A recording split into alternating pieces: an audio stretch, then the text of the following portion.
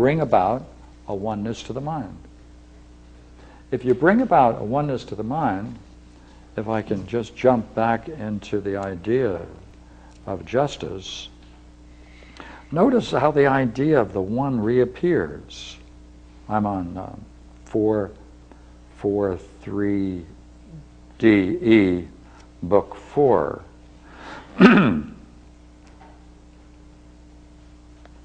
And he's talking about the three parts of the soul. And I'm just skipping in here.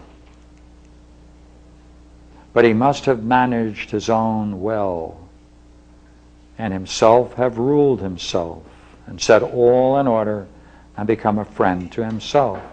He must have put all three parts in tune with him, highest, lowest, middle, exactly like the three chief notes of a scale, and any other intervals between that there may be.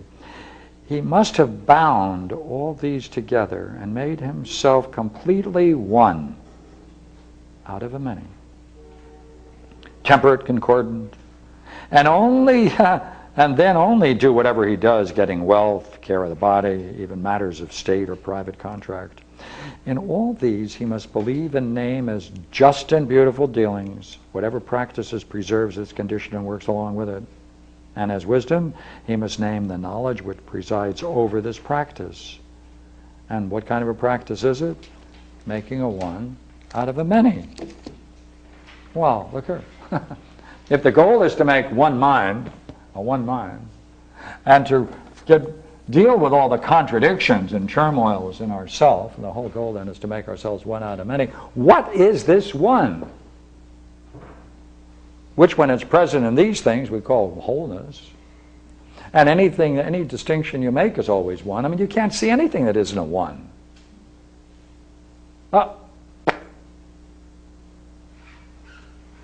Right?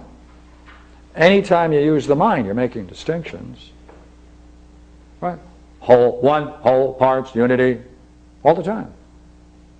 Therefore, look here, all we see are things, each a unity of parts, but as each thing is one, it is no different from any other one. So wait a minute. So is it possible to grasp the nature of one? Because if so, then we'll see the oneness in each and everything, and there's no difference. But wait a minute, you mean there's no difference between this and the oneness of a man's mind who's been brought to a unity? The oneness of health, the oneness of intelligence? Well, I know how you decide that. All you have to do is know what the one is first.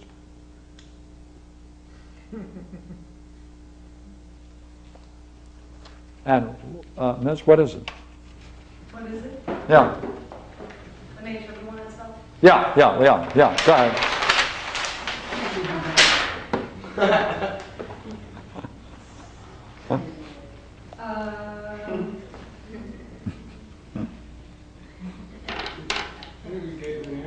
Arithmetic. Pardon me? Arithmetic. Yeah, but now look here. See? Look here. Let's take a look at arithmetic. Strictly speaking, right?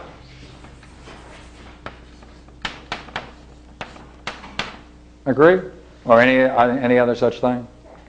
But this is 1, 2, is it not? And each, and each, Or 2 1s. and each is a 1, Yeah. right? And there's not the slightest difference between any of the 1s that make up a 2, is there? No. No. No difference at all. And they don't have any parts, do they? Right. Because whatever number you're talking about, there must be a 1 to it, otherwise it wouldn't be a number. Is that right?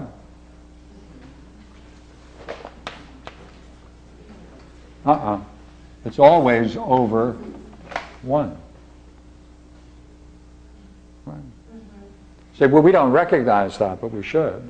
There is no number without a 1 under it. What is that saying? That's saying that's all there is.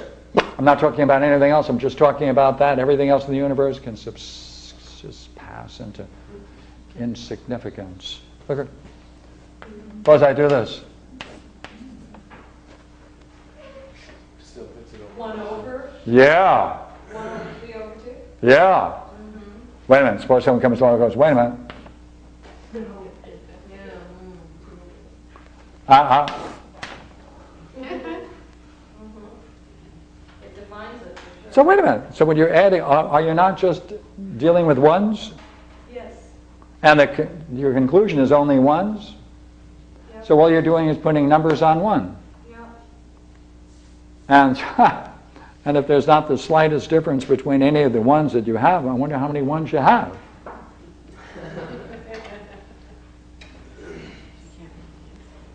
Sounds weird now. Good. I hope so. This is what he's doing. See, this is what he's doing. So, yes, Well, David? I was thinking, I was thinking like the concept of health, the concept of health Mhm. should also suggest disease. And if we would have put Mhm. disease, Mhm. we would have put disease under our list of things, and we could, if the one, and we would call it good as well, then Let's try it. then, in ignorance, and call these things are in the same list, then when we talk if there is one and there's no difference between disease and health, or between ignorance and intelligence, then if they are the same, then what is the nature? No. The nature of the one, and I think I said, well, when a person, the process of wanting, just as we found the single identity of the philosopher and the warrior earlier, and that by contemplating, I guess by searching for their oneness, we were able to make the warrior and the philosopher one. Then also it would seem that contemplating the concept of disease and health, and see that those concepts of one are one as well.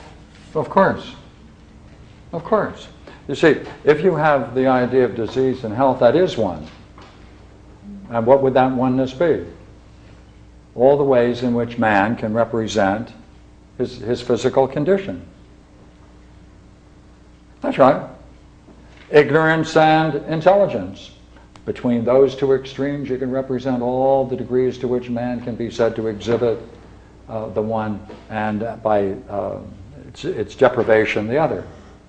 But there's certainly a difference between the oneness of each of these, because while each is a one, would you not agree, disease as different from wholeness presupposes the parts of whatever it is that has disease, the parts of the body, are not functioning either together or separately as a wholeness. But there is some malfunctioning. Therefore, this is the matter of degree disease, right? As it moves away from wholeness, whole, and all things together into a higher unity.